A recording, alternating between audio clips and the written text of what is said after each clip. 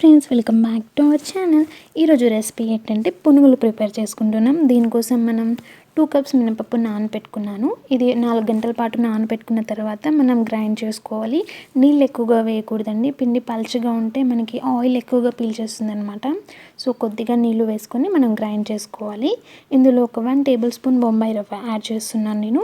అలాగే ఒక half tea spoon వంట సోడా, ఇవన్నీ వేసేసుకొని కలిపేసుకోవాలి. దీన్ని ఒక 10 మినిట్స్ మనం పక్కన పెట్టేసుకున్నామంటే రవ్వ కూడా మంచిగా నానిపోతుంది పిండితో కలిసిపోయి. సో ఇదంతా కలిపేసుకుందాం. సో 10 మినిట్స్ అయిపోయింది కదా, మనకి రవ్వ కూడా చక్కగా నానిపోయింది. ఇప్పుడు మనం ఇందులో కట్ చేసుకున్న పచ్చిమిర్చి అండ్ ఉల్లిపాయ ముక్కలు, కొద్దిగా కరివేపాకును కూడా కట్ చేసి పెట్టుకోవాలండి. ఇదంతా కలిపేసుకోవాలి. దీంతోపాటు నేను కొద్దిగా సాల్ట్, అలాగే కొద్దిగా 1 టీ స్పూన్ జీలకర్ర కూడా యాడ్ చేశాను. మనం బ్యాటర్ అంతా ప్రిపేర్ చేసుకునే లోపు ఆయిల్ కూడా పెట్టేసుకున్నామంటే ఆయిల్ వేడైపోతుంది, మనం వెంటనే వేసేసుకోవచ్చు. సో ఇలా చిన్నగా వేసేసుకోవాలండి. సో మనం వీటిని మీడియం ఫ్లేమ్లో ఉంచుకొని డీప్ ఫ్రై చేసుకోవాలి. అండ్ హై ఫ్లేమ్ ఉంచితే ఏంటి అంటే పైన మనకి మంచి కలర్ వచ్చేస్తుంది, కానీ లోపల సరిగ్గా కుక్ అవ్వదన్నమాట. అంటే మనకి తింటూ ఉంటే పిండిగా కనిపిస్తూ ఉంటుంది. సో అలా కాకుండా మీడియం ఫ్లేమ్లో ఉంచుకొని డీప్ ఫ్రై చేసుకున్నామంటే ఈవెన్గా ఫ్రై అవుతాయి లోపల కూడా.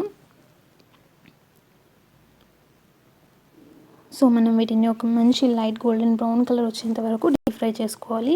అండ్ ఇందులో మనం బొంబాయి రవ్వ యాడ్ చేసాం కదా, మీరు ఆ ప్లేస్లో కావాలంటే బియ్య పిండి కూడా యాడ్ చేసుకోవచ్చు, బొంబాయి రవ్వ ఇష్టపడ వాళ్ళు.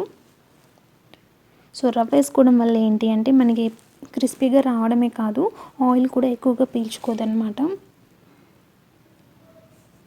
అండ్ ఇది బ్రేక్ఫాస్ట్గా బాగుంటుంది, స్నాక్గా కూడా ప్రిపేర్ చేసుకోవచ్చు. అండ్ మనం ఇదే బ్యాటర్తో వడలు కూడా ప్రిపేర్ చేసుకోవచ్చు అండి.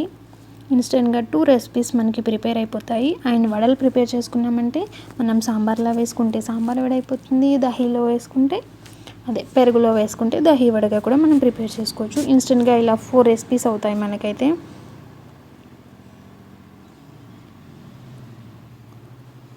అండ్ ఇవన్నీ వేగిపోయాయి కదా, ఇప్పుడు మనం వీటిని తీసేసుకొని వేరే ప్లేట్లోకి షిఫ్ట్ చేసేసుకోవడమే. మధ్యలో ఇలా కలిపేసుకున్నామంటే అండ్ 2 వైపులా మనకి చక్కగా ఫ్రై అయిపోతాయి కూడా. అండ్ మీరు ఇందులో కొత్తిమీర కూడా వేసుకోవచ్చండి, టేస్ట్ చాలా బాగుంటుంది కొత్తిమీర వేసుకుంటే కూడా.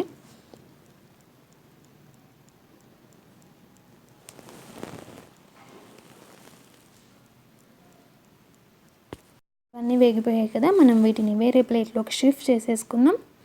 తర్వాత మిగతా బ్యాటర్తో అంతా ఇలా మనం వేసేసుకోవడమే. అండ్ నేను పునుగులతో పాటు వడలు కూడా ప్రిపేర్ చేశాను. అంటే 2 రెసిపీస్ రెడీ అయిపోయాయి అన్నమాట మనకి. సో చూసారు కదా, ఆయిల్ కూడా అస్సలు పీల్చుకోలేదు. అండ్ ఆయిల్ లేకపోతే మనం దీన్ని బ్రేక్ఫాస్ట్గా కూడా ప్రిఫర్ చేయొచ్చు కదా, ఆయిల్ తక్కువగా ఉంటే. సో మనం మిగతా బ్యాటర్ని కూడా వేసేసుకుందాం. అండ్ ఇవి కూడా వేయించేసుకొని మనం సర్వ్ చేసేసుకోవడమే. వేడివేడిగా తింటేనే చాలా బాగుంటుంది, చల్లారితే టేస్ట్ అంత బాగోదన్నమాట.